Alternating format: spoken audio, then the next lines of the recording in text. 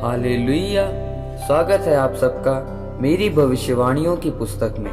तो आइए हम आज के पवित्र वचन को पढ़ेंगे, जो कि परमेश्वर के दास प्रेरित अंकुर यूसुफ नरूला जी द्वारा लिखा गया है। परमेश्वर के साथ वाचा बांधें, जैसा कि दानियेल की पुस्तक अध्याय 10 उसकी 2 और 3 आयत में लिखा। उन दिनों में दानियेल 3 सप्ताह तक शोक करता रहा। उन 3 सप्ताहों के पूरे होने तक मैंने ना तो स्वादिष्ट भोजन किया और ना मांस या दाखमधु अपने मुंह में रखा और ना अपनी देह में कुछ तेल लगाया। मेरे प्रिय, बाइबल में लिखा है कि हमारा युद्ध किसी इंसान के साथ नहीं बल्कि उस शैतान के साथ है, जिसका मुख्य दफ्तर आसमान में है। और उस शैतान से आप तब ही जीत सकते हैं जब आप परमेश्वर के साथ वाचा वाली प्रार्थना में जाते हैं। वाचा यानी कि परमेश्वर के साथ एक वायदे वाली प्रार्थना में जाना, एक वायदा करना। जैसे जब हम किसी मकान या घर की रजिस्ट्री करवाते हैं तो वाचा बांधते हैं। जिस प्रकार हम बाइबल में दानियेल के बारे में पढ़ते हैं तो लिखा है कि पवित्र आत्मा ने दानियेल के मन में एक बात डाली कि दानियेल, परमेश्वर के साथ एक वाचा में जा कि तू 3 सप्ताह तक ना तो कुछ खाएगा, ना कुछ दाखमधु पिएगा और ना ही देह पर तेल लगाएगा। दानियेल ने परमेश्वर के साथ वाचा को बांधा और वह प्रार्थना उपवास में गया। बाइबल बताती है कि जब दानियेल ने पहले दिन प्रार्थना की तो परमेश्वर ने उसकी प्रार्थना को सुन लिया था और स्वर्ग से उसकी प्रार्थना का उत्तर स्वर्गदूत को देकर भेज दिया था। लेकिन दानियेल को उसकी प्रार्थना का उत्तर 21 दिन बाद मिला। ऐसा क्यों? क्योंकि मिकाएल स्वर्गदूत दानियेल की प्रार्थना का उत्तर लेकर आ रहा था, लेकिन शैतान ने उस दूत को रास्ते में रोक लिया था।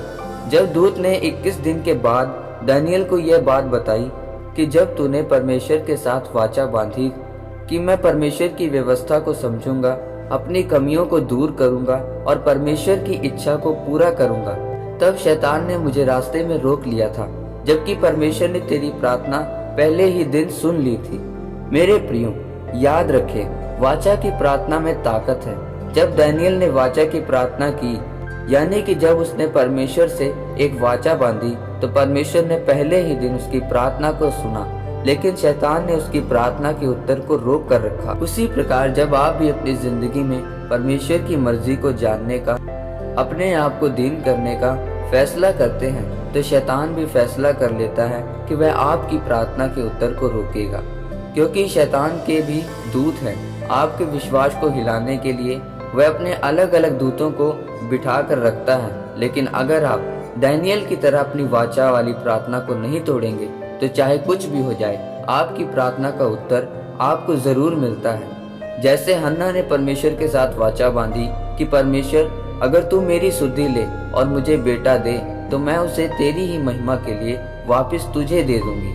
तब परमेश्वर ने उसकी प्रार्थना को सुना और शमूएल जैसे महान नबी के साथ उसे आशीषित किया, और हन्ना ने अपने वायदे के मुताबिक जो उसने परमेश्वर के साथ किया था, शमूएल को परमेश्वर के भवन में दे दिया। मेरे प्रियो, जब मुझे दुष्ट आत्मा के अटैक होते थे, तो अगर रात के 12 बजे मुझे अटैक होता था तो पवित्र आत्मा ने मुझे कहना कि परमेश्वर से अभी वाचा बांध, अभी प्रार्थना कर, बाइबल पढ़ना शुरू कर, और कुछ सेकंड्स में मेरा ये अटैक खत्म हो जाता था।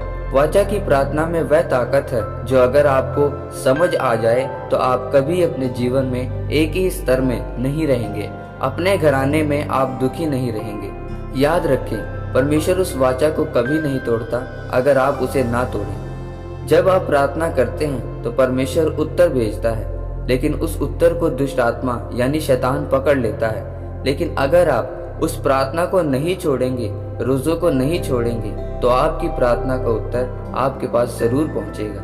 इसलिए मेरे प्रियो, आज से ही परमेश्वर के साथ वाचा बांधें कि मैं नशा छोड़ूंगा, मैं परमेश्वर की हजूरी में जाने की प्यास रखूंगा।